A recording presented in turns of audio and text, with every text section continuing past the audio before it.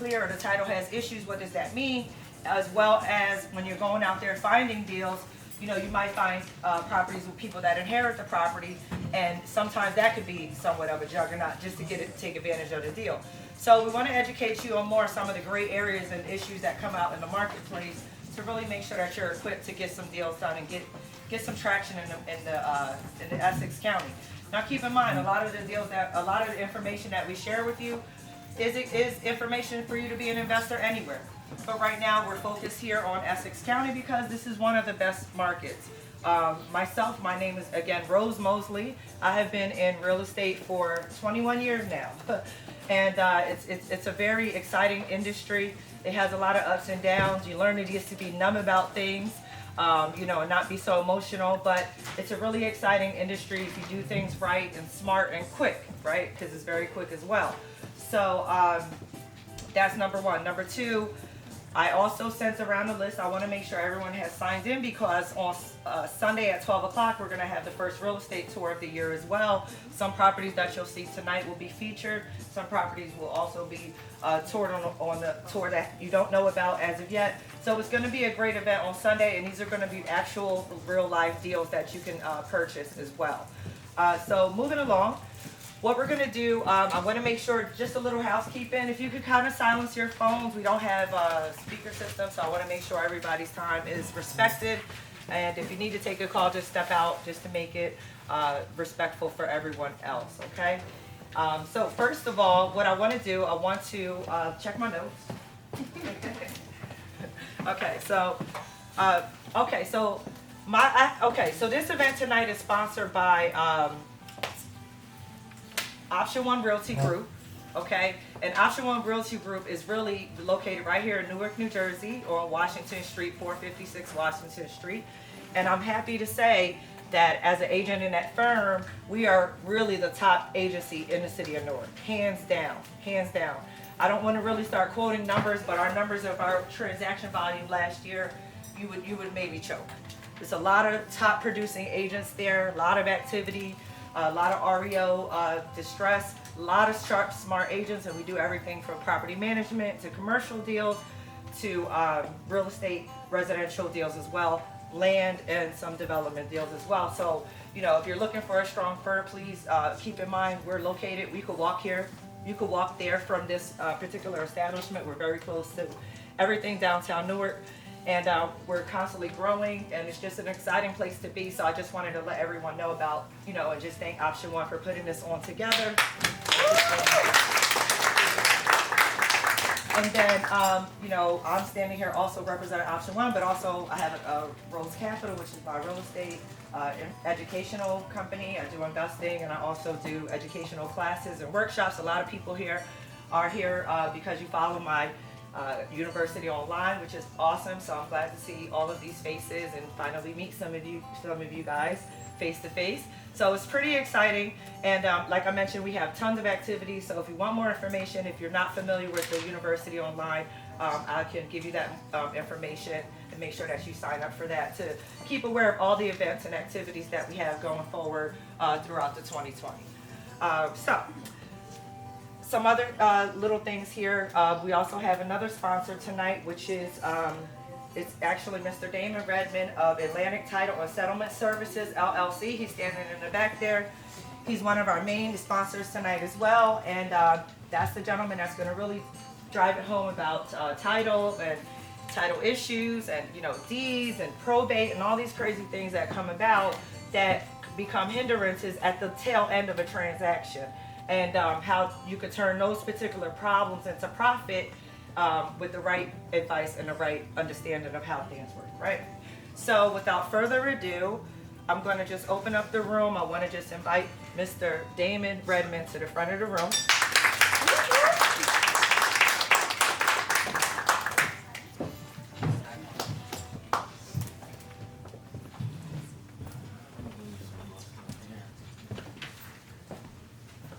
Good evening. How's everybody doing today? Good evening. Excellent, excellent. Wow, good to see so many black and brown faces in Newark. Well, I'm glad to be here. I wear a lot of different hats. The hat I'm wearing tonight is a title producer title officer with Atlantic Title and Settlement Services. We provide title insurance to first-time home buyers, investors, commercial, residential, from A to Z. Anything dealing with title insurance and real estate, we can handle for you. I'm also a real estate agent myself. I'm an investor, I'm an entrepreneur, and I also focus on coaching and educating. That's why Rose and I have been discussing this for the past year and a half, just about giving back to the community. And she's doing a great job. Let's give Rose a round of applause. Because she's always offering free information. A lot of people charge a lot of money for the stuff that she does.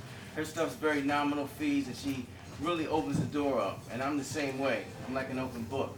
I've been doing this for 18 years. I started off as an investor myself, and the reason why I got into title insurance is because the first property I bought was in Camden, New Jersey, which Rose is from. And I'm from that same area. I paid $2,000 for this property. It was a single-family attached home, one of those row houses. I'm not sure if you're familiar with South Jersey and Camden, but it was $2,000, and I was so excited I felt like I was getting a steal. And I paid the $2,000, got the property. I didn't realize that they gave me a quit claim deed. So they deeded the property over to me. And just so you don't know, a quit claim deed is the least protection that you have when you're buying a property. A warranty deed is the most protection. So that warranty deed is what the banks normally require when you transfer a house. But this property was from a private seller. They were just trying to get rid of the house. I didn't do my research, my due diligence, and I'm thinking I'm getting this $2,000 property that was worth probably about $20,000 to $25,000. Down there, the values are much lower than up here. There was a $70,000 lien on the property, and I didn't know about it. They wanted to rush the closing. It was only $2,000, so for me it was like, you know what, let me jump out there and get it. That deal just taught me so much. Oh man, I tell that story. It took me years to get out of that. Because the $70,000 lien was a few different liens that were attached to the property that I had to negotiate. It was a nightmare. So ever since that experience, I said, you know what? I need to know more about title. I need to figure out what title insurance is. Because since I paid cash for the property, I didn't have to get title. And just so you know, title insurance is not required by law when you buy a house. Now, if you buy a house through a mortgage company or a lender, they're going to require that you get title insurance. Just so you know. But let me step back for a second, because I'm looking around the room, and it seems like we have a pretty wide range of experience in the room. How many people own a house in this room? Okay. How many people own investment properties? Gotcha. Okay. How many people want to learn more about buying a first-time house? How many people want to learn more about buying another investment property or more investment property? Okay.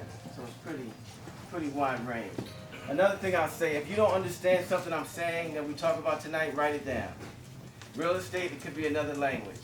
And I've been doing this long enough, sometimes I might say things that I understand and know, but you may not know and understand. You can stop me and say, listen, I'm not sure, raise your hand, explain that, or go in further, and I'll do the best I can to try to explain it. Does that make sense?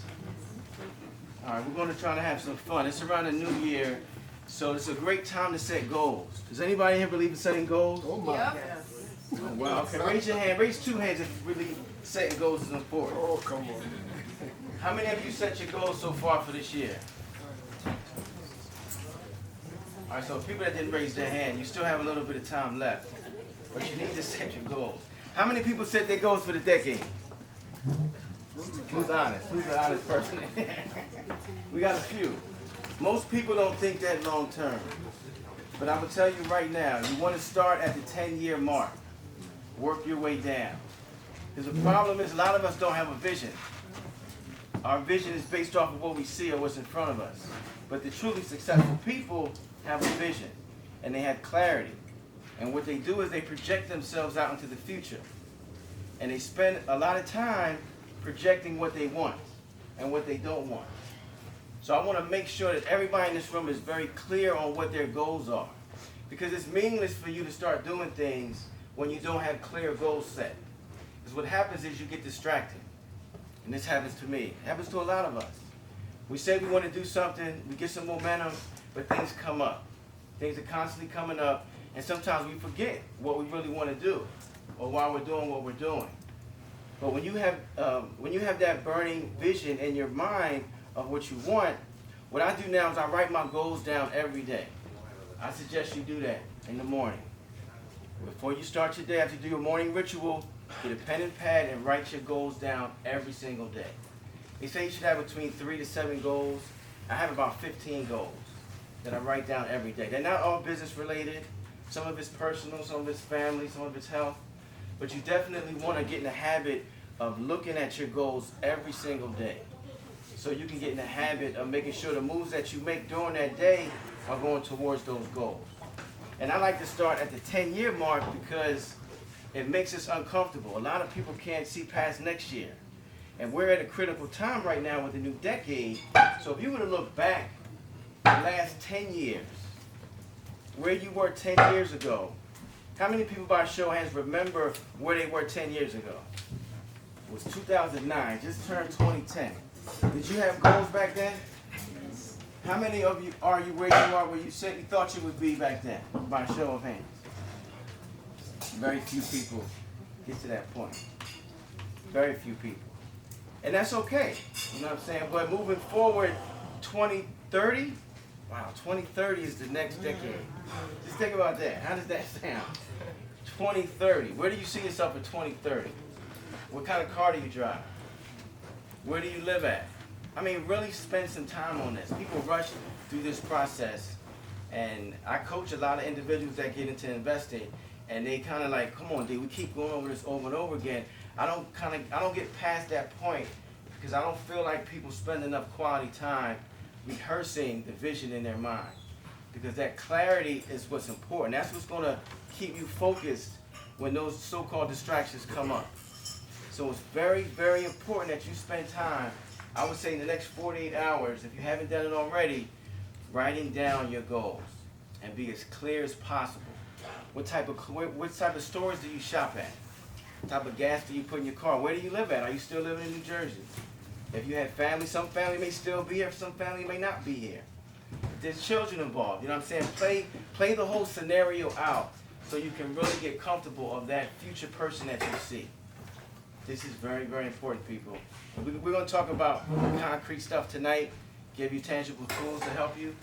But if you don't have that vision of where you want to go and the steps that you have to take to get there, it really won't make a difference.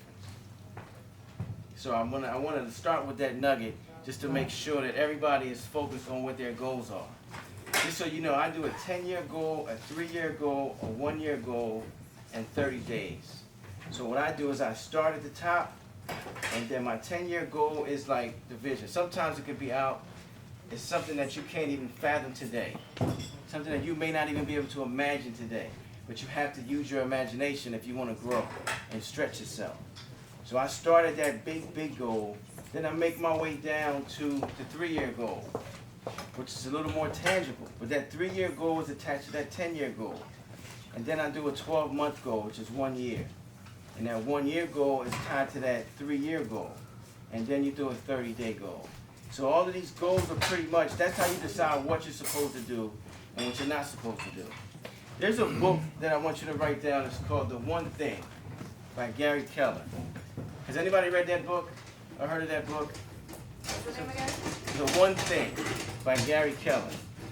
He's a real estate broker. He started Keller Williams. If any of you heard of Keller Williams, he's the founder of that organization. And he's a vivid author. He wrote several books. But this one book talks about, if there was one thing that you could do, what would it be that would make everything else unnecessary? Win the lottery. But if you narrow down the one thing that you could do that makes everything else unnecessary, do that one thing. And that sounds a lot easier than it is. Because you have a bunch of things that you want to do throughout the day. But that one thing that you do should be attached to that goal. And a lot of times it's one thing that's stopping you from getting to that next level. And we are our worst enemy. We convince ourselves, we're in our heads, about all the past experiences we've had, talking ourselves out of a situation when it's really not that serious. It's a matter of putting a step forward and a step after that. But we limit ourselves. We limit ourselves constantly because we don't have that vision. We don't have that clarity on where we want to go and how we're going to get there. So just start with that. I want to make sure people get that, write that down, and make sure that's something that you leave out of here with. All right? Okay, good. Let's give ourselves a round of applause. So right now I want to talk a little bit about the real estate industry as a whole. Right now, how many people would say there's a hot real estate market right now? It is. And when you say hot, what do you mean by hot? What does that mean to you? I'm a very interactive person. I'm going to call on people, so I'll call you out. Please interact. We're going to start with this brother right here, then I'll go in the back. Yes, I mean that the amount of the transaction, the buyer or seller, higher this period than usually because it's just the amount of transaction. The volume. So the volume, when it's a high volume, it means it's a hot market. Yes. Okay, that makes sense. In the back, the blue shirt? Yeah, the absorption rate is higher than 1. The absorption rate is higher than 1. Explain that.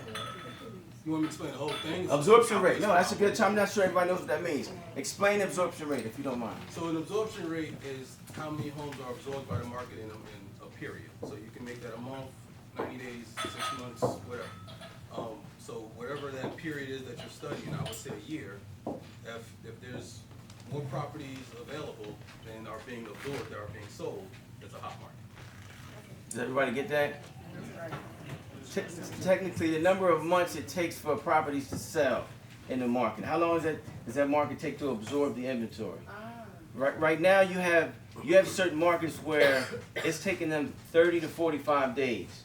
Every house that comes on the market is being sold 30 to 45 days. That's where you get the 1 month. So that means the market is pretty aggressive. So in the entire state of New Jersey, the farmland as well as the urban areas, the average is 3 months. It should 3 take months. your home 3 months to sell. If homes are on average selling faster than 3 months, it's a hot market. Good point. What's your name? Everyone calls me genius. Genius. I like that. Okay.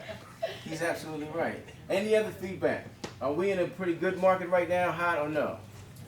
Coming from Brooklyn, I would say that back in the days they had things for 20, 30, 40,000. Right now it's like if you get something at 120, 150, you're lucky.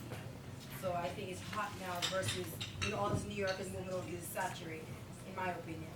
Got you. I came here to flip and I'm like, it's not the numbers I was looking for. You're not the only one. We get calls all the time from investors talking about where's all the profit, the equity that we hear about in New Jersey. That was several years ago. It's in Pennsylvania, 2008. But you can still find opportunities. I mean, you can still find deals. In Camden?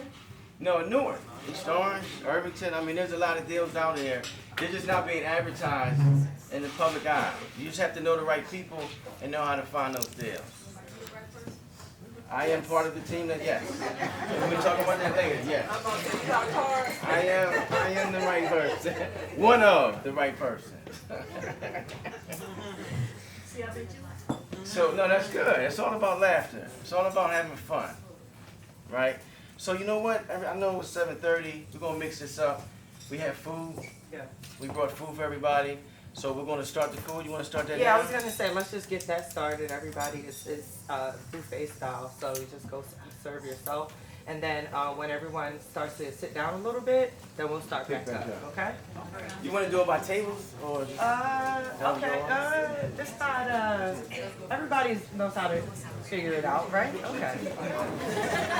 You don't want like this, just Yeah,